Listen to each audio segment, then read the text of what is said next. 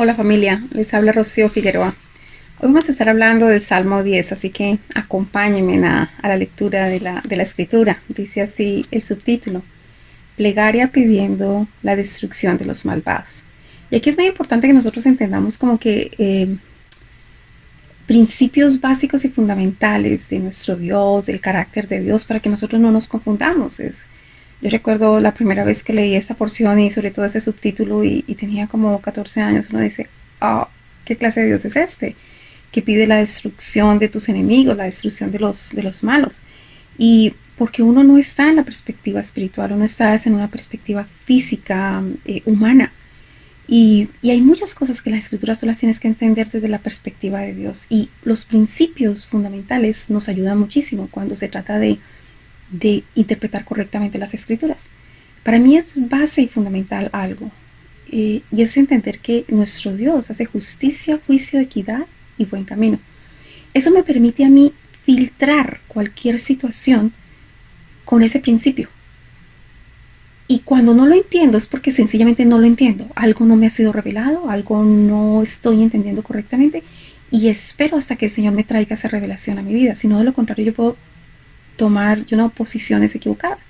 Por ejemplo, cuando usted mira la destrucción de todo el mundo a través del diluvio, usted dice, no entiendo cómo Dios pudo acabar con toda una generación.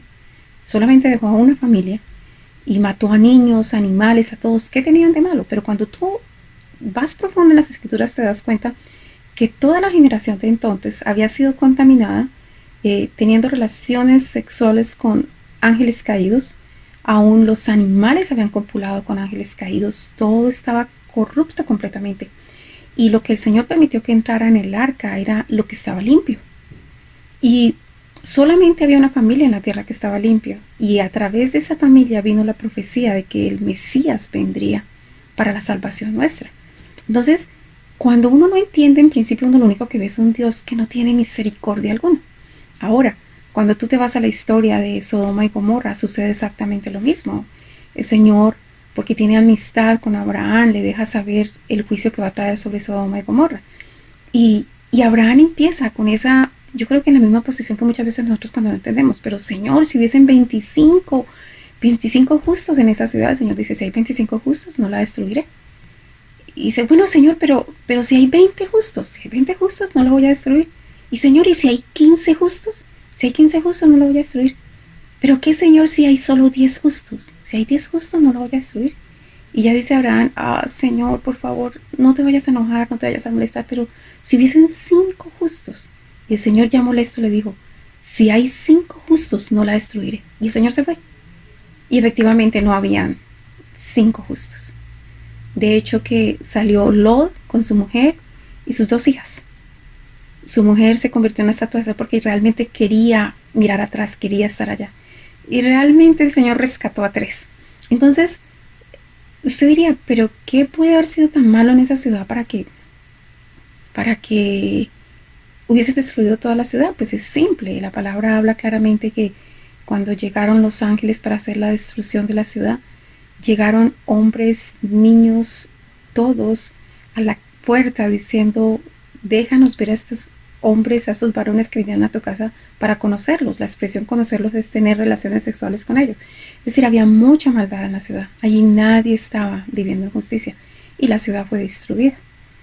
Y así, a través de cuando el Señor lesionaba a una nación, cuando lesionaba a varias personas, el mismo hecho de la fornicación, más que uno vea el acto de la fornicación como decir, ¿qué clase de Dios es este que una pareja que se encuentra en la fornicación había que lapidarlos hasta morir? Y, y a veces el Señor ha hecho las leyes como una forma de que nosotros podamos apartarnos del mal, porque de lo contrario, lo que nosotros estamos haciendo es cayendo y cayendo en el mal y el mal nos está dañando. Entonces, como un acto de su amor, trae una reprensión fuerte en un momento para que las personas vean de lo que se hacen dignos en una situación de esas. Conocí el testimonio de un niño que tenía un problema enorme con la laxivia, un enorme problema con la laxivia, y era muy pequeño, no sé, 4 o 5 años, pero tenía ese problema y la razón era porque sus padres lo habían concebido en un acto de lascivia. Entonces, es la misericordia de Dios, el favor de Dios, guardando a nuevas generaciones de niños que no nazcan en circunstancias donde la maldad de dos padres y problemas espirituales se sumen y se concentran en la vida de un niño que no tiene la culpa de las decisiones de sus padres. Es el acto de amor de Dios. La ley es un acto de amor de Dios para nuestras vidas. El cumplimiento de la ley es amor. Porque cuando tú amas a Dios con toda tu alma, con toda tu mente y con todo tu corazón y a tu prójimo como a tú mismo, tú estás cumpliendo toda la ley. Y de eso se trata de no hacer a nadie lo que no quieres que te hagan a ti. Entonces, tenemos que partir de la perspectiva cuando nosotros estamos estudiando las escrituras de que nuestro Dios es un Dios de justicia, juicio, equidad y buen camino. Así que esa era la introducción para que pudiéramos ver este capítulo. Dice así: ¿por qué estás lejos, oh Yahweh? Estamos en el capítulo 10, ¿no? ¿Por qué estás lejos, oh Yahweh, y te escondes en el tiempo de la tribulación? ¿Cuántas veces nos ha sentido usted así? Muchas veces nos hemos sentido de esa manera, que pareciera que la respuesta no llega, que pareciera que estamos tan angustiados y el Señor no llega y decimos, no es justo lo que está pasando. Dice, con arrogancia el malo persigue al pobre, será atrapado en los artificios que ha ideado. Y sucede, pero no solamente es el malo físico, sino el malo espiritual. Acuérdate que la escritura dice que nosotros no tenemos guerra contra carne ni sangre, sino contra huestes espirituales en las zonas celestes. Entonces, el malo, el enemigo, Satanás, sus demonios, las huestes espirituales, están toda hora tratando de perseguir al pobre. ¿Por qué? Porque regularmente el pobre tiene su esperanza en Dios. Una persona entre más menesterosa es, entre más necesidad tiene, más depende de Dios. Cuando una persona tiene suplida casi todas las cosas, le entra mucha arrogancia, mucho orgullo y no necesita a Dios. Por eso a veces es mucho más fácil ver el movimiento espiritual tan poderoso en los sitios pobres, a diferencia de los sitios donde parece que toda la economía está resuelta por ese país, porque si alguien tiene problemas, aplica al welfare y no tiene ningún problema. Es más, no tiene que pedirle a Dios para eso. Con que vaya y haga una aplicación con el gobierno, pues tiene para sus necesidades. Pero el pobre no, el pobre está allí en esa pelea, en esa lucha constante de decir, yo quiero servirle a Dios, yo creo en Dios, el Señor es el que suple para mí. Entonces, el enemigo, el malo, se va contra el pobre. Y será atrapado en los artificios que ha ideado. Tal vez si usted es pobre de necesidades, pero ojalá que no sea pobre espiritual. Porque cuando dice la escritura que bendecidos los pobres de espíritu, porque ellos serán saciados. ¿Qué quiere decir eso? No que sea una bendición ser pobre, es que es una bendición cuando usted reconoce su pobreza espiritual, es una bendición cuando usted reconoce la necesidad de ser lleno del Espíritu Santo, porque si usted reconoce la necesidad de ser lleno del Espíritu Santo, usted buscará las formas de ser saciado del Espíritu Santo, y usted encontrará las formas de ser saciado del Espíritu Santo, y usted será saciado del Espíritu Santo. Por ende, no fácilmente el enemigo lo va a engañar, porque usted está lleno del poder del Espíritu Santo. Ahora dice el verso 3, porque el malo se jacta del deseo de su alma, bendice al codicioso y desprecia a Yahweh. Eso es lo que hace el enemigo. El enemigo, cuando una persona es fantasiosa, cuando una persona es codiciosa, lo ayuda, lo deja tranquilo, esa alma ya la tenemos ganada, dice el enemigo.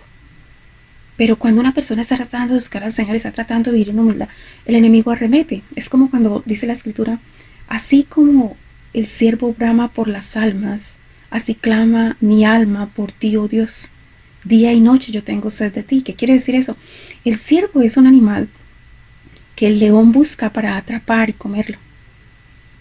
Y el ciervo, la única forma de poder como que perder la huella del enemigo es metiéndose, sumergiéndose en las aguas. Y de esa misma manera nosotros los cristianos, nosotros los que servimos a Dios, nosotros los que estamos temerosos de Dios, los que buscamos el rostro del Señor, nosotros olemos a cristianos. Y el enemigo nos quiere acabar. Pero si usted y yo somos conscientes de eso y nosotros nos sumergimos en las aguas del Espíritu Santo, el enemigo pierde el rastro de nosotros. Nosotros necesitamos ser llenos del Espíritu Santo. Por eso dice, porque el malo se jacta del deseo de su alma.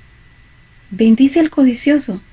Escuche, el malo bendice al codicioso y desprecia a Yahweh. El malo por la altivez de su rostro no busca a Dios. No hay Dios en ninguno de sus pensamientos. Entonces, a veces pareciera que estos pasajes pasan del enemigo físico al enemigo espiritual, pero acuerde que nuestra guerra realmente es con el enemigo espiritual. Verso 5. Sus caminos son torcidos en todo tiempo, tus juicios los tienes muy lejos de su vista. A todos sus adversarios desprecia. Esa es la situación del malo. Al malo no le importa el camino en el que anda. Acuérdense que cuando la palabra habla de camino, está hablando de costumbres y tradiciones. Nuestro Dios tiene su manual de costumbres y tradiciones. No se trata de la importancia de las costumbres mías como colombiana o de las costumbres suyas como mexicano, como puertorriqueño, como americano. No, se trata de las costumbres de Dios. Porque cuando nosotros andamos en sus costumbres, nosotros andamos en sus preceptos, en sus mandamientos, en sus juicios, en justicia, nosotros estamos andando un camino derecho. Y no como en este caso dice aquí, que los caminos de los malos son torcidos en todo tiempo. Tus juicios los tienen muy lejos de su vista, es decir, a ellos no les interesan los juicios de Dios. A todos sus adversarios desprecia. Ellos no quieren a nadie, ellos solamente desprecian a todo el mundo. Ese es el trabajo del malo, ese es el trabajo del que odia nuestras almas. Verso 6. Dice en su corazón, no seré movido jamás, nunca me alcanzará el infortunio. Eso es una altivez. Y nosotros en este tiempo estamos pasando por un tiempo donde uno ve que Dios está quebrantando la altivez de todos aquellos que se creían fuertes. Y a veces nosotros tomamos esos dioses en nuestras vidas. Nosotros tomamos el Dios del dinero, el Dios de nuestra profesión, el Dios de nuestras finanzas, el Dios de la plata de retiro que tenemos guardada, el Dios de nuestros ahorros, el Dios de mi matrimonio es inquebrantable, mis hijos son lo mejor, el país donde yo vivo es el de la mejor economía, el más fuerte. Dios quebranta todos esos dioses, porque solamente hay uno que sí es Dios de dioses y Señor de señores y Rey de reyes. Así que no pensemos en nuestro corazón que no seremos jamás movidos, que nunca nos va a alcanzar el infortunio. El único sitio donde nosotros no nos alcanza el infortunio es cuando nosotros estamos en la presencia del Señor, cuando nosotros habitamos en el lugar santo. Dice el verso 7, llena está su boca de maldición y de engaños y fraude, debajo de su lengua hay vejación y maldad. Yo creo que cuando usted mire las escrituras, usted mire esta dimensión. Se trata de que nosotros a través de las escrituras miremos como en un espejo nuestro rostro y digamos, yo no quiero ser ese malo, yo no quiero ser ese malo. Y que cuando veamos a alguien haciendo mal a nuestras vidas, entendamos que es la obra del enemigo a través de esa persona, porque nuestra guerra no es contra esa persona, la guerra es contra las huestes espirituales que actúan en esa persona. Pero entonces, aquí hay algo que nos cuestiona. Dice que el enemigo llena está su boca de maldición y de engaños y fraude. Debajo de su lengua hay vejación y maldad. Nosotros nos tenemos que cuidar qué hay en nuestra lengua. Porque si en nuestra lengua hay murmuración en contra de Dios cuando las cosas no salen bien, yo creo que cada vez que el Señor quiere bendecirnos, el enemigo dice, hey, no se lo merece. Te ha juzgado a ti, ha murmurado contra ti. Yo creo que cuando el Señor quiere traer una bendición a nuestras vidas, dice, ¿no ves cómo se portó con sus hermanos? Tiene orgullo, altivez y soberbia. No te reconoce a ti, no te glorifica a ti, no te dará la honra a ti.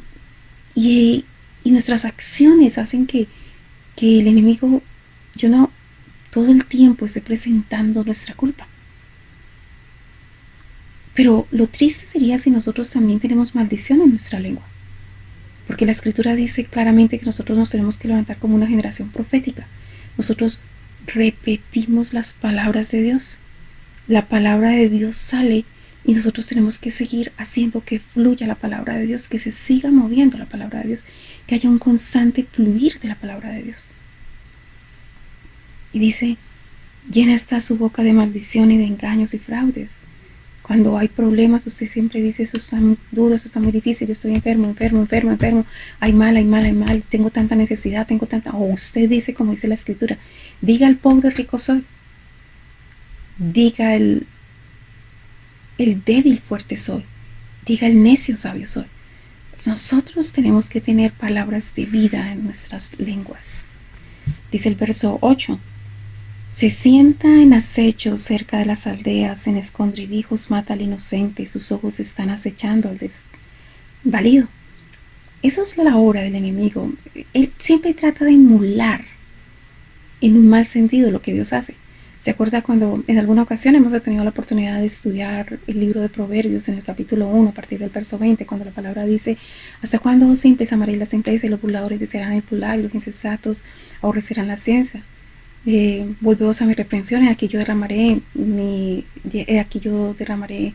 espíritu sobre vosotros y os haré saber mis palabras, por cuanto llamé y no quisisteis oír. ¿Qué es lo que sucede? Porque el Espíritu de Dios clama en las calles, en las entradas de las ciudades, en los principales lugares de reunión.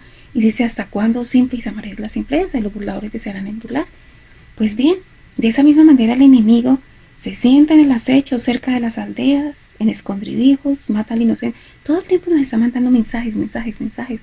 Mensajes de no podemos, mensajes de estamos mal, mensajes de Dios no te mira a ti, mensajes de no te lo mereces, mensajes de tú no eres digno, mensajes de que tú estás muy lejos de la santidad, tú estás muy lejos de las promesas de Dios. Todo ese tipo de mensajes que quieren destruirnos a nosotros. Sus ojos están acechando al desvalido, mirando en nuestra debilidad, en nuestra, en nuestra falta de inconstancia, en nuestro quebranto, nuestra falta de fe, para venir contra nosotros. Acechan oculto, dice el verso 9, como el león desde su cueva, acecha para arrebatar al pobre, y especialmente al pobre de espíritu, aquel que no se ha llenado del Señor. Dice, arrebata al pobre trayéndolo a su red. Así que reconozcamos que tenemos pobreza espiritual y reconozcamos que tenemos una necesidad de ser llenos del Espíritu Santo, que una vez que usted se llena del Espíritu Santo, no habrá enemigo que se ponga en pie al frente suyo, porque el enemigo no puede resistir la presencia del Espíritu. Verso 10. Se encoge, se agacha y caen en sus fuertes garras muchos desdichados. Dice en su corazón, Dios ha olvidado, ha encubierto su rostro, nunca lo verá. Muchas veces le llegan a nosotros, a nuestra mente, esos mensajes como que Dios ya no se acuerda de mí, realmente no. Pero no, mire lo que dice el salmista, levántate, oh Dios, alza tu mano, no te olvides de los pobres.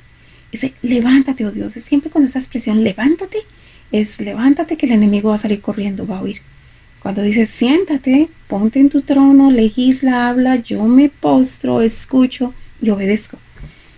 Reina tú. Esa es la posición cuando le decimos siéntate. Verso 13. Porque desprecia el malo a Dios, en su corazón ha dicho, tú no lo inquirirás. No así nosotros. Nosotros sabemos que el Señor está con nosotros, el Señor está con el justo, el Señor está, y no que nosotros seamos justos por nosotros mismos, sino porque el Señor Jesucristo pagó por todas nuestras deudas, haciéndonos a nosotros justos. Verso 14. Tú has visto, porque miras el trabajo y la vejación, para dar la recompensa con tu mano. A ti se acoge el desvalido, tú eres el amparo del huérfano. Que usted pueda tener la certeza de que Él es nuestro amparo, Él es nuestro socorro, que Él ve las situaciones en las que nosotros pasamos, los trabajos que nosotros pasamos y da recompensa. Dice, la recompensa con tu mano, con su mano. Verso 15. Quebranta tú el brazo del inicuo y persigue la maldad del malo hasta que no halles ninguna. Hay mucho poder en la mano, hay un estudio que tengo que sacar acerca de la mano. No sé si ustedes alguna vez han visto las películas épicas donde, por ejemplo, el segundo en mando de un rey se le dice la mano, esa es la mano. El Señor Jesucristo es la mano, es la diestra del Señor, es una extensión del poder del rey. Pues resulta que el enemigo, como siempre, está emulando todas las cosas. Él también tiene un brazo que quiere traer destrucción a nuestra vida, por eso el salmista dice, quebranta tú el brazo del inicuo y persigue la maldad del malo hasta que no halles ninguna. El enemigo ha querido extender su mano para hacernos daño, pero dice la escritura, y recuerdo que un salmo que leímos hace unos días atrás dice que Yahweh es la sombra a nuestra mano derecha, donde usted extiende la mano para bendición, donde usted extiende la mano, el Señor está con usted, el Señor está apoyando eso.